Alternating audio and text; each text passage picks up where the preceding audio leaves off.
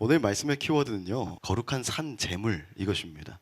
그리고 오늘 말씀의 제목은 임만산 괴물입니다. 여러분은 거룩한 산 제물로 살아가십니까? 아니면 임만산 괴물로 살아가십니까? 제물은요, 제사를 드릴 때 바치는 물건이나 짐승을 말합니다. 제사라고 하면 어떤 이미지가 떠오르세요? 제사라고 하면 조상님, 네, 또 어떤 게 생각나십니까? 태우는 거, 또 약과 뭐 생각나시는 거 있어요? 제사 하면은 동그랑땡.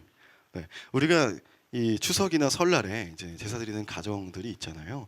네, 돌아가신 할머니, 할아버지 이렇게 뭐 지방이라고 하는 걸 쓰고요. 그리고 향을 피워놓고 앞에 음식 한가득 차려놓고 돌아가면서 절하는 거. 근데 이런 것이 우리에게는 아무래도 익숙하단 말이에요. 그 명절에 경험했던 우리나라의 어떤 제사법이다 보니까 선뜻 성경에 나오는 제사가 머릿속에 잘 그려지지 않습니다. 우리가 기억하는 것은 예수 그리스도께서 오심으로 율법이 완성되었기 때문에 더 이상 제사를 지내는 것이 아니라 우리는 예배를 드린다. 우리는 이것을 기억하죠. 그렇지 않습니까?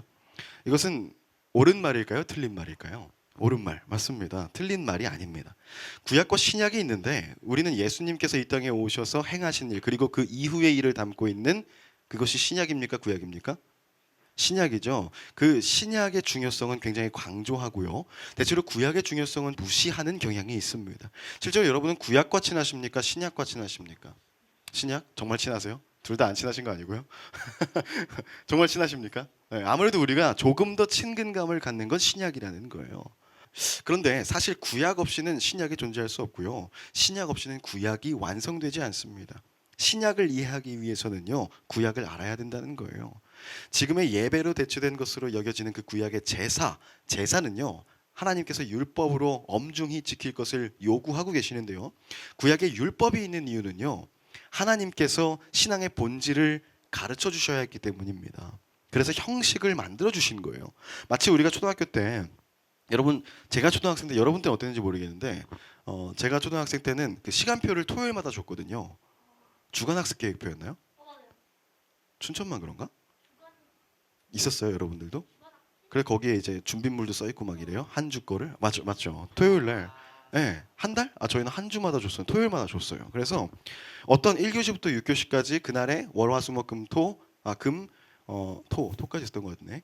그 어떤 저희 놀토가 없었던 세대거든요. 네, 공감하시죠? 네, 공감하시죠? 네, 네, 국민학교는 아니고요. 우리 초등학교 다녔습니다. 네, 초등학교 다녔어요. 어이씨.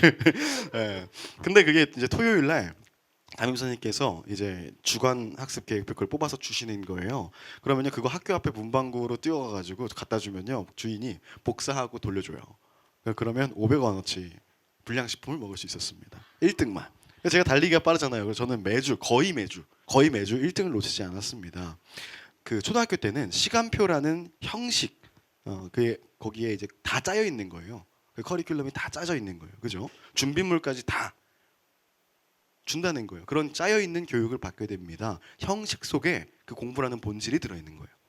그런데 점점 우리에게 자유가 주어집니다. 선택의 폭이 생기죠. 왜냐하면 이제 우리가 학습할 수 있는 여러 가지 능력과 기반들이 생기기 때문이에요. 대학생이 되면 과목을 선택합니다. 그렇죠? 형식은 있지만 본질적인 것들을 추구하기 위해서 형식은 줄고 자신이 선택한 전공 공부를 넣을 수 있게 된다는 거예요.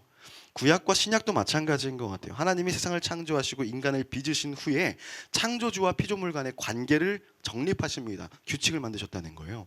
선과 악을 알게 하는 나무가 있는데 그것만은 먹지 말라 이렇게 이야기하시면서 창조주와 피조물에 선을 그어주신 거예요. 여긴 넘어오지 마라 라고. 이해되시죠? 딱 엄격한 선이 있던 거예요. 근데 인간은 그 선을 넘어버리죠. 우리 인간에게는 더 큰 가르침이 필요해요. 본질을 지키기 위해서 여러 가지 형식들이 필요합니다. 예를 들어서 하나님을 경외함을 표하는 본질의 의미로 제사법이라는 형식을 두시는 거예요. 자신의 소유를 하나님께 드리면서 내 안에서 변질된 우선순위를 정리정돈하는 겁니다. 형식 안에 본질을 담는 거예요. 그리고 그것을 지키게 합니다. 그런데 이 율법이 본질은 사라지고 형식만 남게 되면요 의미가 없어집니다. 의미가 없는 정도가 아니라 오히려 하나님의 영광을 가립니다. 어떤 매너리즘에 빠져서 관성적으로 습관적으로 오늘은 어떤 날이니까 제사 드리는 날이네. 가축 잡아야 되네. 아까운데 이러면서 제사를 드리면요. 하나님을 예배하는 마음 없이 일적으로 제사를 드릴 수 있었다라는 거예요. 우리가 헌금을 가벼이 여기는 것처럼요. 오늘도 형식적으로 주일 헌금 1,000원 안 하긴 뭐 하니까. 일단 교회 갔으니까 내야지. 마치 세금 내듯이. 이게 의미가 없다는 겁니다. 이 형식이 본질을 가지고 있지 않으면 의미가 없다는 거예요. 이 율법의 시간이 흐르면서요, 그 본질보다 형식이 드러나는 모습을 많이 보이게 됩니다. 그러자 많은 선지자들이 그것을 비판하는데요. 대표적으로 호세아 6장 6절을 보면요, 하나님께서 이렇게 말씀하신다고 전해요. 나는 인애를 원하고 제사를 원하지 아니하며 번제보다 하나님을 아는 것을 원하노라 라고 했다는 거예요. 하나님이 원하시는 것은 무엇인지를 분명히 말해주고 있는 거예요. 호세아가. 본질이 더 중요하다. 본질이 없는 형식은 의미가 없다. 왜? 지금 제사, 번제 이거 다 형식이거든요. 하나님을 아는 것을 위해서 이 형식을 마련하신 거란 말이에요. 그런데 그 본질을 무시하고 형식만 갖추게 되면 하나님이 원하시는 제사가 될 수 있다 없다? 없다라는 거예요. 중요한 것은 본질이라는 겁니다. 그러다가 회당 예배라는 것이 생겨요. 그 제사를 위해서 지어진 성전이 아니라 방이나 공간에서 말씀을 가르치기 시작한 겁니다. 성전 예배보다는 덜 형식적이죠. 본질을 추구하려는 시도입니다. 그럼 여기서 질문. 예수님께서 오셨을 때 그럼 성전에서 예배드리셨을까요? 회당에서 예배드리셨을까요? 맞춰보십시오. 회당? 성전? 왜요? 형식을 따라야 돼요. 예수님도. 정답은 둘 다예요. 둘 다입니다. 예수님께서는 성전 예배와 회당 예배 그 둘 중에 어느 하나도 부정하거나 거부하지 않으셨다는 거예요. 의외죠. 이 제사라는 율법의 형식 자체가 문제인 것이 아니라 그 제사를 행하는 이 성전에서 본질을 잃어버리는 것을 거부하시는 거예요. 예수님께서 성전에 가셔서 환전상들 막 내쫓고 그 소와 양 비둘기 파는 사람들을 쫓아내시면서 아버지의 집을 강도의 소굴로 만들었구나라고 하시지 않으셨습니까? 그렇죠. 가까운 곳에서 제물을 사고 제사를 드리면 율법을 지킬 수 있어요. 아예 성전에서 팔면 더 편하겠죠. 그래서 그렇게 하고 있더라는 거예요. 그럼 어떻게 되겠습니까? 제사법을 잘 지키면서 제사를 드려도 마음을 드리지 않을 수 있다는 거예요. 본질을 잃어버리는 거예요. 율법에요. 이거 한번 다 설명했던 거라서 제가 지금 빠르게 설명하고 있는 거예요. 성전세를 내게 율법에 되어 있는데 율법이 정한 대로라면 유대 화폐, 유대의 돈으로만 낼 수 있었어요. 그래서 로마 화폐를 유대 화폐로 바꿔주는 환전상들이 있었는데요. 그 성전 안에 있었다는 거예요. 폭리를 취하더라는 겁니다. 성전세는 그렇게 악용하라고 있는 게 아니잖아요.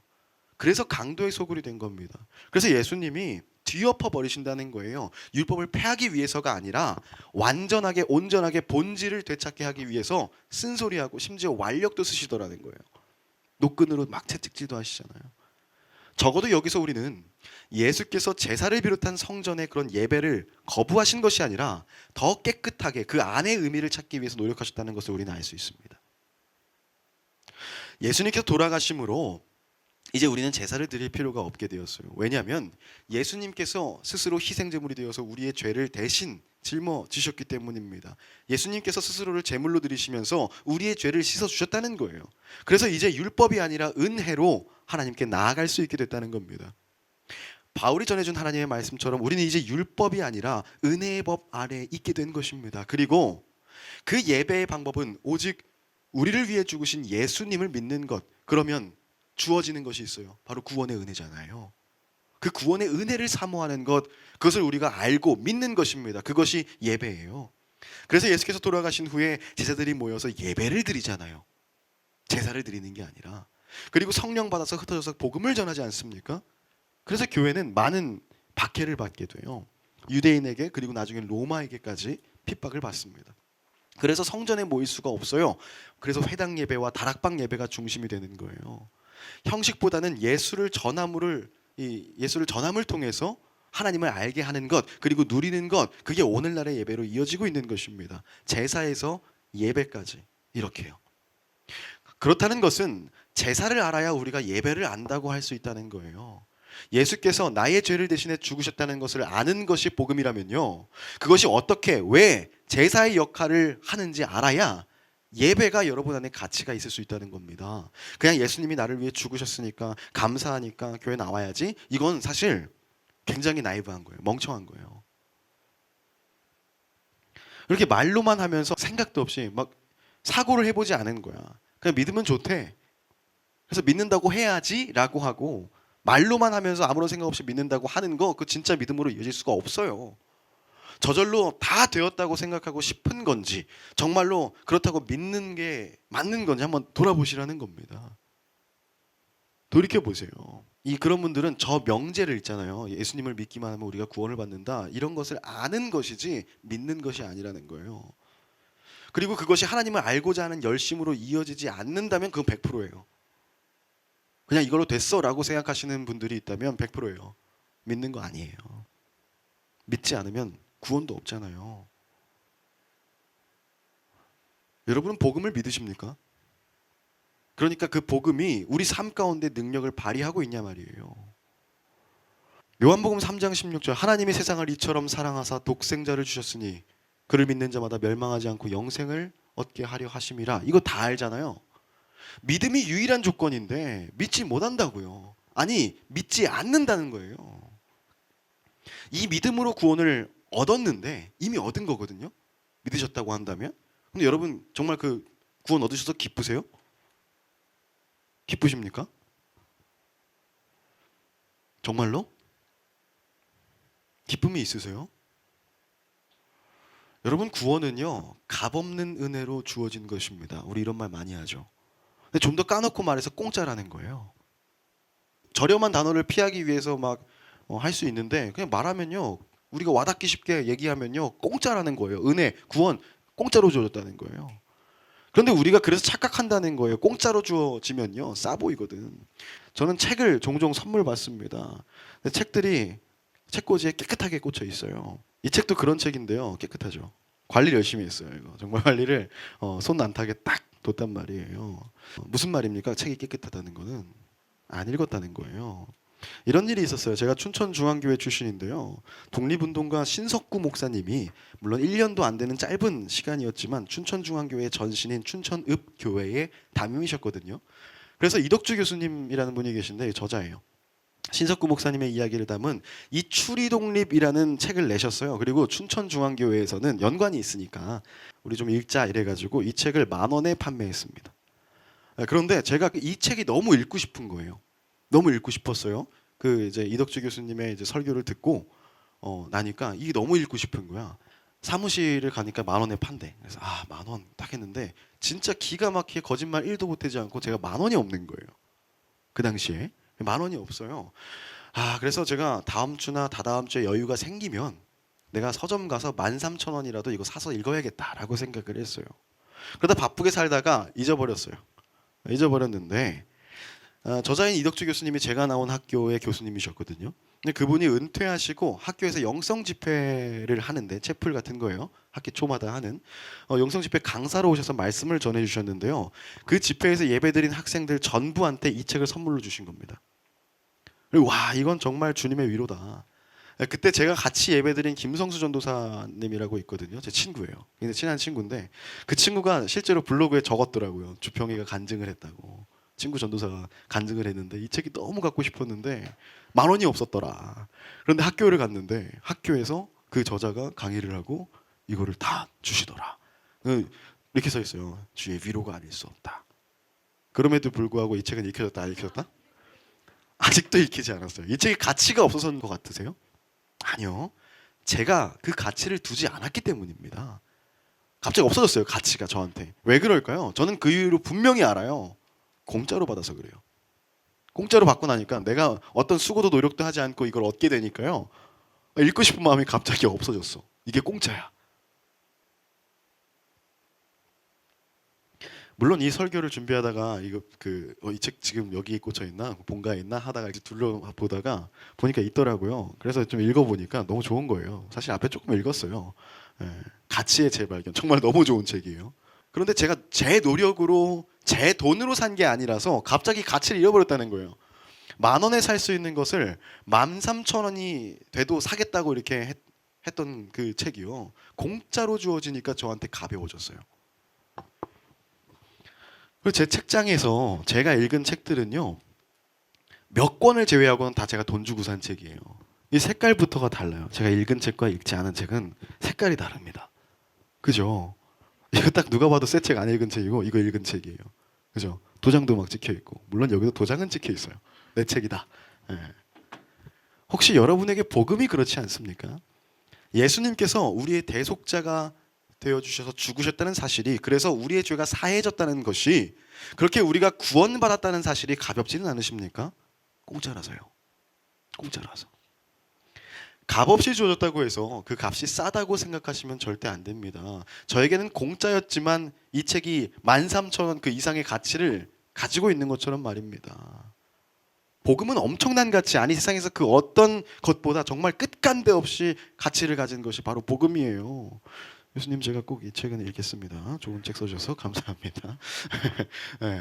여러분 그러므로 형제들아 내가 하나님의 모든 자비하심으로 너희를 권하노니 너희 몸을 하나님이 기뻐하시는 거룩한 산 제물로 드리라. 이는 너희가 드릴 영적 예배니라. 오늘 말씀은요 우리에게 거룩한 산 제물이 되라고 합니다. 그것이 영적 예배라고 알려준다는 거예요. 너희는 이 세대를 본받지 말고 오직 마음을 새롭게 함으로 변화를 받아 하나님의 선하시고 기뻐하시고 온전하신 뜻이 무엇인지 분별하도록 하라 라고 하는 거잖아요. 그죠?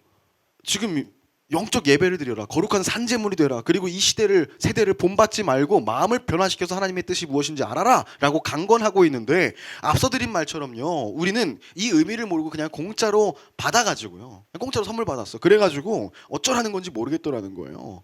뭘 해야겠다는 건지 뭘 해야 하는 것인지 생각이 안 들더라는 거예요. 그래서 마음도 변하지 않더라는 거예요. 그럼 제물이 뭔지 우리 좀 살펴볼까요? 제사가 뭔지?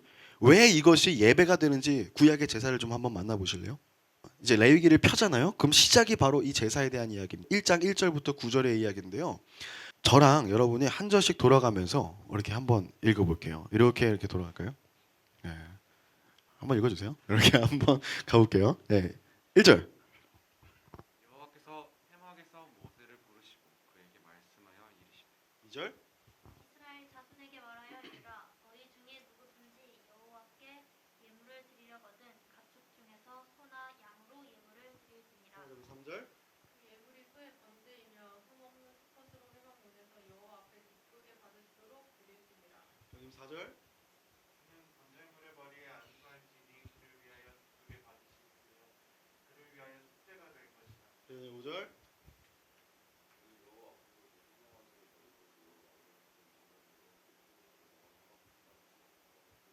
조상 6절. 제사장 아론의 자손들은 제단 위에 불을 붙이고 불 위에 나무를 버려놓고 아론의 자손 제사장들은 그 뜬 각과 머리와 기름을 제단 위에 불 위에 있는 나무에 버려놓을 것이며 함께 읽겠습니다. 그 내장과 정강이를 물로 씻을 것이요 제사장은 그 전부를 제단 위에서 불살라 번제를 드릴지니 이는 화제라 여호와께 향기로운 냄새니라. 자 여러분 여러 제사 중에 구약에 있는 여러 제사 중에 번제에 대한 이야기거든요. 구약의 제사에는 5가지가 등장해요. 번제, 소제, 화목제, 속제제, 속건제 이렇게 5개가 있습니다. 물론 메인은 아니지만 플러스 알파로 제가 한번 여러분한테 나눴던 전제라는 제사법도 있어요.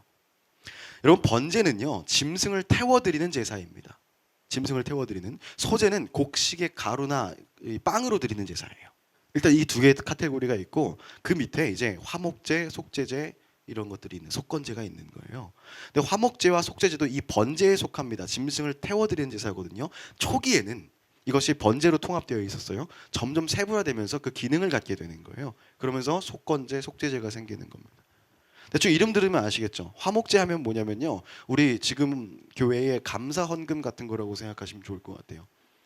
좀 오해하시는 게 주변 사람들과 화목해지기 위해서 화목제를 하는 것이냐? 그것이 아니고요. 하나님과 화목하짐을 통해서 내가 이 이웃들과 나눌 수 있는 제사가 화목제였어요. 감사를 나누는 거예요. 속죄제는요. 내가 잘못한 것을 용서받는 거예요. 뉘우치는 거예요. 근데 그 오늘 이야기하고는 번제는 속죄제에 해당합니다. 레위기 1장 1절부터 9절의 말씀은 그 후에 속죄제에 해당한다. 기억하시면 좋겠어요. 속건제는 뭐냐면요. 성전에 있는 무언가를 망가뜨리고 없애버리고 이랬을 때 거기에 5분의 1을 더해서 갚아라. 뭐 이런 율법의 내용에 있는 제사에 속합니다. 그래서 오늘은 대표적인 제사법인 번제를 좀 만나보려고 하는데 여기 적힌 방법을 제가 한 절 두 절 보면서 따라가 볼 겁니다. 다시 볼게요. 1절 하나님이 제사를 명하시는 겁니다. 모세를 부르시고 그에게 말씀하여 이르시되, 자 2절 어떤 가축으로 예배드려야 되는지 그 예물을 알려주십니다. 선택지가 두 개입니다. 뭐와 뭐가 있죠? 소나 양이 있습니다. 자 3절 예물의 조건을 알려주시는데요. 앞으로는 하나님께서 소를 예로 들어주실 것이기 때문에 소의 조건을 말해주고 계세요. 흠 없는 수컷이어야 합니다. 그것을 끌고 성전 문 앞에 오시면 됩니다. 여러분 이제부터 여러분들이 이거 따라오시면서 여러분이 제사를 드린다고 생각해 보시는 거예요. 아시겠죠? 네, 이제 소를 한 마리 데리고 와야 되는데 흠이 없어야 됩니다. 무흠해야 돼요. 무흠. 여러분 혹시나 오해하실까봐 제가 미리 한번 말씀드리면요, 이 흠 없는 수컷 이게 속죄제일 때만 흠이 없으면 돼요. 하나님께서 제사를 명하실 때 이 죄를 씻는 제사를 드릴 때 있죠. 그때에만 흠 없는 제물을 요구하십니다. 따를 때는 막 앞다리가 없는 것도 그냥 드리라고 하세요. 기억해 두세요. 왜 그런지도 한번 지금 설명 들으면 생각해 보시는 거예요. 자, 근데 여기서 문제가 생기는데 흠이 없어야 되는데 흠 없는 채로 성전 문 앞까지 직접 데리고 와야 되는 거예요. 집에서부터 이 소를 데리고 오는데요. 이 길이 우리 동네 교회 오는 거리가 아니에요. 그렇게 데려오다 보면요, 흠이 생길 수도 있어요. 여기서부터 엄청난 작정이 필요하다는 거예요. 이 제사 한 번을 위해서 모든 정성을 쏟기 시작해야 된다는 거예요. 4절 그 번제물 즉 소의 머리에 안수를 합니다. 이 안수가 특별한 의미인데요. 이 안수의 이 히브리어 원어는요, 목사님들이 하시는 안수의 그것과 달라요. 이 구약 제사에 나오는 안수에는 단어가 다릅니다. 이게 어떤 안수냐면 특별한 의미를 가지고 있는데요. 안수하면 속죄가 된다고 그러잖아요. 속죄. 죄를 용서받는 거예요. 무슨 말이냐면 내가 지은 죄를 이 안수를 통해서 이 소나 양에게 전가하는 겁니다. 이 제물이 대신 짊어지게 되는 거예요. 대속 제물이 되는 것입니다. 여기서 우리가 사용하는 용어 희생양이라는 단어가 많이 나오는 거예요. 대신해서 죽는 양, 소, 희생양. 누군가를 대신해 희생하게 되는 거거든요. 근데 이상해요. 여러분 안수를 통해서 죄가 전가가 된대요. 마법입니까? 아니요. 마법이 아니라 이것이 하나님의 법이었다는 거예요. 하나님께서 그렇게 인정하시겠다라고 정해주셨다는 거예요. 왜일까요? 여러분 죄의 삭은 사망이라는 말 들어보셨죠? 죄의 그 책임은 죽음입니다. 하나님 앞에 범죄는요, 죽어야 할 존재가 되는 겁니다. 하나님과 죄는 함께 있을 수 없기 때문이에요. 그런데 차마 우리를 죽이시길 원치 않으세요. 너무 사랑하셔서. 우리 알잖아요. 그런데 하나님께서는요, 그 모든 피조물 중에 사람을 가장 사랑하세요. 다른 피조물들을 사람을 위해서 만드셨거든요. 편애하시는 거예요. 근데 우리가 이것을 인정해야 돼요. 이 방법이 아니면 답이 없어요. 죄에서 벗어날 수 있는 방법이 없는 거예요. 누군가가 이 죄를 가지고 대신 짊어지고 우리가 그것을 보면서 그의 죽음으로 마음의 어떤 충격과 회개를 반성 이런 걸 하지 않으면 이 돌이킬 방법이 없다는 거예요. 그래서 하나님이 만들어주신 방법이에요. 그래서 우리 대신 죽을 무언가가 필요하다는 거예요. 내 죄를 다 뒤집어 써줄 예물이 필요해요. 그리고 거기다 안수하는 거예요. 누가요? 누가 안수합니까? 제사장이 합니까? 본인이 직접 하는 거예요. 직접. 저와 여러분 직접이에요. 이것만큼은 누가 대신해 줄 수가 없어요. 내가 죄인이라는 것을 깨닫고 그것을 고백하는 것입니다. 죄의 전가입니다. 5절 그는 여호와 앞에서 숫송아지를 잡을 것이요 제사장들은 그 피를 가져다 회문문 사방에 이제 제단 사방에 뿌립니다. 회문 앞에 이제 죄를 대신 짊어질 제물을 죽이는 거예요. 여기서 오해하시면 안 됩니다. 또 누가요? 누가 죽여줘요? 내가 죽여야 되는 거예요. 내 죄를 대신 짊어진 그 대속 제물을 내가 죽여야 되는 거예요. 죄 지은 사람이 직접요. 그렇게 되면 제사장은요, 그 피를 가져다 제단 사방에 뿌리는 거예요. 제사장은 그 피를 뿌려서 보여주기만 해요. 대신 잡아주지 않습니다. 결국 누가 한다? 본인이 직접 한다라는 거예요. 여러분 동물 죽여본 적 있으세요?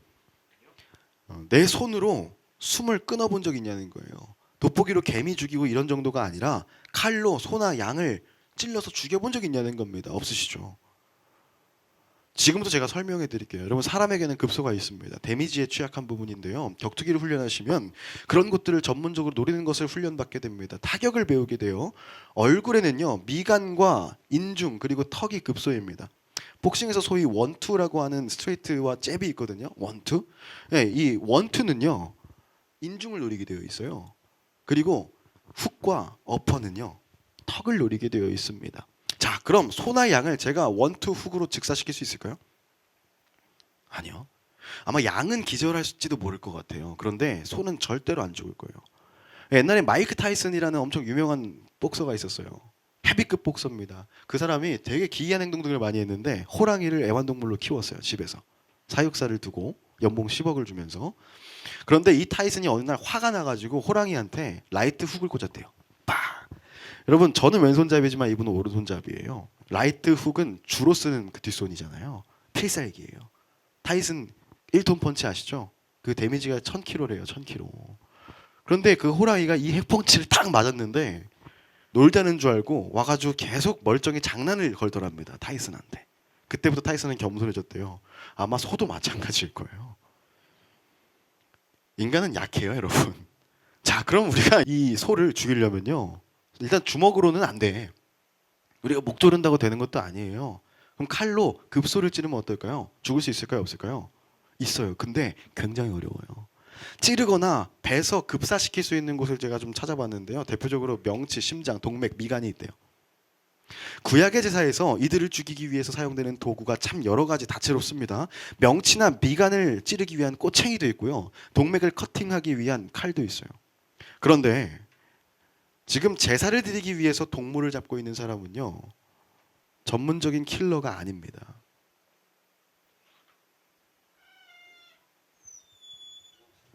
아, 네, 두고 가시면 될 것 같아요. 감사합니다.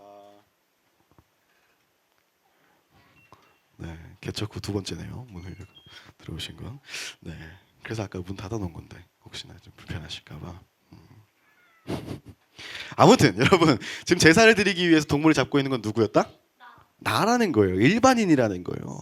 한 번에 이 급소를 찾아서 한 번에 고통 없이 보내준다? 천만의 말씀. 절대 안 돼요. 여러분은 묶여있는 소를 찌르고 또 찔러야 될 겁니다. 힘껏 피가 낭자하겠죠.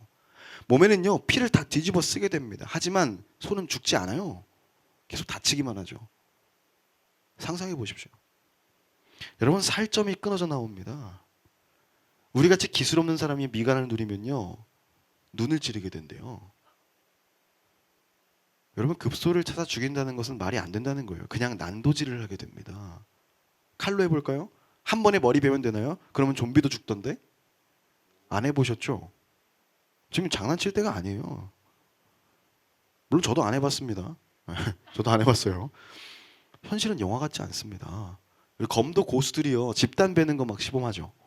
깨끗하게 자르는 거 엄청난 수련이 필요해요. 쉬워 보이는데 그것은 어느 정도 경제에 이른 사람들이 하는 거라는 거예요. 사람의 목도요, 단칼에 베어지지 않습니다. 이런 일을 전문적으로 하던 망나니들도요, 단칼에 사람의 목을 떨구지 못한대요. 영화나 이 드라마는 사실 이렇게 거짓말인 거예요. 그래서 조선시대 참수형을 당하는 그 사람의 그 가족들이 있잖아요. 망나니에게 찾아가서 돈을 쥐어준대요. 제발 최대한 집중해가지고 최대한 빨리 끝내달라고. 무슨 말이에요? 계속 찍어서 죽인다는 거예요. 단칼에 베지 못한다는 거예요. 이 기록이 실제 있어요. 전문적인 사람도 힘들어요.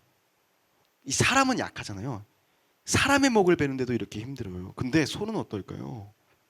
피는 물론이고요, 살점들도 조각나서 사방으로 튑니다. 죽이는데 내 죄를 대신해서 내 손으로 찢기고 있는 그 소의 눈을 여러분이 보게 된다고 생각해 보세요. 어떤 마음이 들까요? 여러분, 상상하실 수 있으시겠어요? 제가 사실은 이 유대인들이 제사 드리는 장면을 영상으로 이렇게 접했어요. 그리고 보여드리려고 했는데 차마 재생해 드릴 수가 없어요. 실제로 한국의 한 교회에서요, 제가 이제 뉴스를 찾아보니까요, 이런 거 진짜 시도한 교회가 있지 않을까? 이게 교육을 위해서 실제로 해본 교회가 있지 않을까 찾아봤는데요, 있었더라고요. 제사를 재현했는데요, 동물학대로 고발을 당했습니다. 네, 맞아요. 지금 거의 학대에 가깝습니다. 이렇게 잔인한 시간이 흘러서요, 내 죄를 뒤집어 쓴 소가 죽었습니다. 그러면 6절, 이제 가죽을 벗기고 각을 떠야 돼요. 여러분, 가죽은요, 뱀 허물 이런 거 생각하시면 안 됩니다. 그냥 쭉 뜯어낸다고 분리되는 게 아니에요. 물론 기술자들은 그렇게 도축하시는 분들은 하실 수 있겠죠. 하지만 저와 여러분은 못해요. 칼로 가죽을 벗기고요. 끊어지면 또 도려내고 이렇게 거듭해야 될 겁니다. 우여곡절 끝에 가죽을 다 벗기면요. 이제 각을 떠야 된다는데요. 각을 뜬다 할 때 각은요. 다리 각자예요. 2인 삼각경기 이런 말 할 때 각이라는 말 쓰잖아요. 두 명인데 다리는 세 개인 거. 그 각입니다. 각을 뜬다는 것은요. 잡은 짐승의 머리를 이 짐승을 머리나 다리 이런 걸로 나누는 거예요. 그런데 이 유대인들의 이 문화는요. 이 각을 뜬다는 게 우린 번역을 각을 뜬다라고 했지만 마디마디를 다 끝낸 겁니다. 도망내는 거예요. 분리되는 모든 부위를 분리한다고 생각하시면 돼요. 그리고 나서 7절 이제 제사장들이요 제단에 불을 붙이고 땔감을 정리합니다. 8절 제사장들이 그 제물의 이 토막들을 불 위에 올려놔요. 9절 제물의 내장과 정강이를 물로 씻어냅니다. 그리고 제단 위에 올려진 제물을 불살라 드리는 거예요. 그러면 연기가 나겠죠? 여기서 중요한 거 여호와께서는 그것을 향기로운 냄새로 흠양하시는 겁니다. 갑자기 하나님을 믿는 게 맞는 건가 싶지 않으세요? 변태 같아요. 사이코패스 같습니다. 이 잔인한 제사를 명하시고 smells good라고 하시는 모습을 내가 상상해 보면요. 갑자기 머리가 멍해져요. 하나님 변태입니까? 하나님 뭐예요? 죄를 전가한다는 것도 사실 받아들여지지가 않잖아요. 비상식적인데 그렇게 죽은 불쌍한 제물이 태워지는 냄새를 향기롭게 여기신다고 지금 말하고 계세요. 이해가 되지 않습니다. 하나님 지금 기쁘시거든요. 이는 화제라 여호와께 향기로운 냄새니라. 하나님 지금 기쁘시다는 거예요. 정말 동물이 잔인하게 찢기고 토막나 피 뿌리고 그래서 죽어서일까요? 아니요. 에스겔 18장 32절 말씀 보면요. 주 여호와의 말씀이니라 죽을 자가 죽는 것도 내가 기뻐하지 아니하노니 너희는 스스로 돌이키고 살지니라. 하나님은 죽어 마땅한 자가 죽는 것도 기뻐하지 않으신대요. 그조차도 기뻐하지 않으신다는 거예요. 돌이키기를 원하시죠. 이 죽어 마땅한 자가 죽는 것도 원치 않으시는데 그가 창조하신 동물은요. 무슨 죄가 있을까요? 요나서가 어떻게 끝나는지 기억하세요? 제가 이것도 말씀으로 전한 적이 있거든요. 4장 11절 이렇게 끝나거든요. 하물며 이 큰 성읍 니느웨에는 좌우를 분별하지 못하는 자가 12만여 명이요 가축도 많이 있나니 내가 어찌 아끼지 아니하시겠느냐 하시니라. 이거였잖아요. 요나야 너가 수고해서 키운 것도 아닌 이 박넝쿨을 네가 햇볕 가려줬다고 그렇게 좋아했는데 사랑했는데 아꼈는데 하물며 내가 만든 사람이 12만여 명이나 있고 가축도 많이 있는 이 니느웨 땅을 내가 어떻게 아끼지 않을 수 있겠니? 그래요. 동물도 사랑하신다는 거예요. 자신이 피조한 모든 세계를 사랑하신다는 겁니다. 그런데 하나님께 우선순위가 있다면 그건 당연히 사람이라는 거예요. 이 제사에서 하나님께서는요 동물의 죽음을 기뻐하시는 것이 아닙니다. 그 피를 뚫고 반성하며 회개하며 하나님께로 돌아오는 여러분을 기뻐하시는 거예요. 하나님의 입장에서 지금 찢어 발겨지고 숨이 끊어지고 있는 것은 죄라는 거예요. 그리고 깨끗게 하나님께 나아오는 것, 돌아오는 것은 우리입니다. 그래서 그 회개의 향기가 기쁘시다는 거예요. 아니 그래도 이건 너무 그럼 제가 묻죠. 여러분 저렇게 죽으실래요? 그렇게 죽을래요? 하나님은 공의의 하나님과 동시에 무슨 하나님이에요? 사랑의 하나님이거든요. 하나님께서는 공의의 하나님이시기 때문에 죄를 미워하십니다. 심판하셔야 해요. 죄를 지은 자는 죽어야 합니다. 저 제사의 방법처럼 죽어야 돼요. 마디마디가 끊어져서. 우리는 죽어야 합니다. 저 모습으로. 대가를 치러야 되는 거거든요. 그런데 하나님께서는 또 사랑의 하나님이세요. 우리를 사랑하셔서 방법을 주신다는 거예요. 너가 너 대신 죽는 생명을 보면서 회개하면서 나아오겠다고 결단하면 그 죄를 전가해 주신다는 거예요. 그리고 그것을 보면서 다시는 죄짓지 않겠다고 다짐하라는 겁니다. 그 막중한 생명의 무게, 그 죄의 무게를 느끼라는 거예요. 생명이 꺼져가는 것을 보면서요. 아니요. 본인이 직접 그 숨을 끊고 있는 그 생명을 보면서요. 사람들이 이렇게 하면서도 이런 방법을 통해서도 이 제사라는 방법을 통해서도 의미를 깨닫지 못하더라는 거예요. 아니 점점 있더라는 겁니다. 그러면서 하나님과 계속 멀어져서 죄짓고 그러는 거예요. 죽어야 할 운명으로 치닫더라는 겁니다. 하나님 보시기에는 이제 방법이 없는 거예요. 그런데 사랑하셔 기회를 주셔야겠어. 어떡하지? 공의로운 나는 이 책임을 누군가에게 물어야 해. 죄의 문제를 해결해야 해. 그렇지 않으면 인간을 구원할 수 없어. 그래서 예수님이 오시는 거예요. 뭐가 되시려고요? 지금 여기서 이 과정이 생략되니까 우리가 믿음을 생각 없이 그냥 믿는다고 말만 하자 입만 살아서 괴물이 되는 거예요. 예수님이 왜 오신 거냐면요, 이 제사의 방법을 이루러 오신 거예요. 뭐로 오신 겁니까? 방금 우리가 죽인 그 소가 되어주려고 오시는 겁니다. 대속 제물, 희생 제물이 되어주시려고 오시는 거예요. 예수님의 공생의 3년 요약은 아주 간단합니다. 오셔서 전하셨어요. 하나님의 나라, 하나님이 무엇을 원하시는가? 성전을 뒤집어 놓으시면서 말씀하세요. 하나님이 원하시는 것은 이게 아니야. 그리고 예수님은 십자가에 달리시기 전까지 채찍질장에 죽기 직전까지 찢기셔요. 숨이 붙어 있는 것이 신기할 정도로요. 로마의 채찍은요, 그냥 가죽 채찍이 아닙니다. 예수님이 성전에서 휘두른 그 가죽 노끈이 아니에요. 끝에 날선 쇠붙이가 고리가 달려 있어요. 돌려가지고요, 걸어서 뜯어내는 거예요. 그 채찍이에요, 여러분. 몸에 살점이요 떨어져 나가는 거예요. 예수님 그렇게 당하셨다고요. 마치 우리가 아까 상상했던 그 소의 모습처럼요. 그리고 십자가에 올려져서 죽으신 것입니다. 무엇을 위해? 내 죄를 전가받기 위해서요. 대신 짊어지고 가는 것입니다. 세례 요한이 예수님을 이렇게 표현했어요. 보라, 세상 죄를 지고 가는 하나님의 어린 양이로다. 그래서 이 말씀이 나오는 거예요. 여러분 알고 계십니까? 우린 이해를 못한다니까. 이 구약을 이해하지 못하고 그냥 믿는다고만 말하면요, 뻥이에요. 세상에 어디 그런 게 어디 있어. 믿기만 하면 구원받는데 그럼 나도 믿어야지? 이거 아니라고요. 그러니까 믿음이 우린 성장하지 못한다고요. 히브리서 7장 27절입니다. 그는 저 대제사장들이 먼저 자기 죄를 위하고 다음에 백성의 죄를 위하여, 중요한 거 여긴데요, 날마다 제사 드리는 것과 같이 할 필요가 없으니 이는 그가, 예수님께서 단번에 자기를 드려 이루셨습니다. 아멘입니까? 이제 우리는 구약 시대와 같이 제사 드리지 않아요. 왜? 예수님께서 단번에 자신이 직접 제물이 되어서 우리 죄를 가지고 가주셨으니까요. 하나님이 정하신 방법으로요.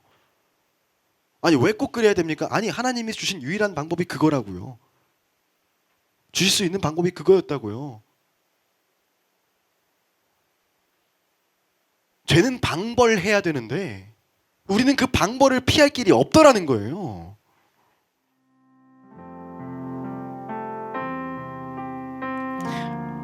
여러분, 그럼 이제 우리 아무것도 안 해도 됩니까? 아니요. 이 제사를 통해서 우리 죄가 사해졌고 그를 통해서 우리가 하나님께 나아갈 수 있으면서 이제 그것을 믿음으로 우리는 용서를 받는 거라는 거예요. 구원받는 겁니다. 우리가 상상으로 번제해버린 그 소 있죠. 예수님께서 직접 그 제물이 되어주셨다는 거예요. 그것을 믿는 것입니다. 그 믿음으로 예수님께 감히 우리가 안수하는 거예요. 내 죄를 대신 져주세요 라고요. 그리고 그것을 믿으면서 매일같이 붙드는 겁니다. 회개하는 겁니다. 내 삶을 책임감 있게 살아가는 것입니다. 하나님의 사람답게요. 그럼 이제 죄를 안 지을 수 있나요? 아니요, 쉽지 않던데요. 그럼 어떻게 하나요? 예수님으로 드려진 제사는요, 이제 무용지물인가요? 내가 또 죄를 범했으니까요? 아니요. 우리는 거룩하게 구별되어 살아가려고 노력해야 하는 거예요. 죄가 실수해야지, 죄가 습관이 되어서는 안 되는 것입니다. 죄를 회개해야지, 죄로 회귀해서는 안 된다는 것입니다. 적어도 우리는 결단하고 노력할 수 있어요. 매일 하나님 앞에 서고요, 매일 그리스도를 기억하는 것입니다. 죄 앞에 위태위태한 우리를 계속 점검하면서 거룩의 자리로 나아가는 겁니다. 여러분, 믿음을 가진 사람은요, 그렇게 살아가는 겁니다. 이제는 나를 거룩한 산 제사, 산 제물로 드리면서요, 나의 삶을 드리면서 살아가는 것입니다. 형식에서는 자유해졌지만 더욱 하나님 알기에 힘쓰고요, 하나님이 원하시는 본질을 찾아 나서는 그런 여정을 떠나는 것입니다. 그렇게 살아내는 것입니다. 그것으로 우리는 믿음을 지켜야 되는 거예요. 믿음을 가져야 되는 겁니다. 우리로는 절대 안 되었을 영적인 예배, 영적 제사를 그리스도의 생명으로 드리며 사는 것입니다. 이래도 여러분, 복음이 가볍습니까? 이래도 예배가 가볍냐 말입니다. 여러분은 예수님이 말씀하시는 산제물이 되어 살아가십니까? 아니면 혹시 입만 산 괴물이 되어 살고 있지는 않으십니까? 말로만 크리스찬, 말로만 예배자, 말로만 성도. 사랑하는 여러분, 우리 입만 살아있는 괴물이 아니라 영이 살아있는 예배자가 되길 원합니다. 할렐루야. 이 예배는 여러분이 오늘 경험한 그 제사의 연장입니다. 연장선상에 있는 거예요. 그 의미의 나눔입니다. 그리고 이 예배는요, 여러분의 삶으로 이어져야 됩니다. 너희는 이 세대를 본받지 말고 오직 마음을 새롭게 함으로 변화를 받아 하나님의 선하시고 기뻐하시고 온전하신 뜻이 무엇인지 분별하도록 해라. 저와 여러분은 이 세대와 세상과 좀 달라도 뭔가는 달라야 한다는 거예요. 여러분, 불자들은요, 지석이면 감천이라고 108배, 3000배 이런 거 합니다. 뭔가 자신들이 수고하고 노력하고 수행하면 구원이 이루어지는 걸로 믿어요. 그건 그냥 카타르시스예요. 구원은 행위로 이루어지는 것이 아니거든요. 그런데 우리들 크리스찬들도 착각하잖아요. 아무것도 안 해도 믿기만 하면 된다고요. 아니에요. 이 길이 더 힘든 거예요. 그 믿음으로 가는 과정이 108배, 3000배보다 훨씬 비교할 수 없을 만큼 고난의 길입니다.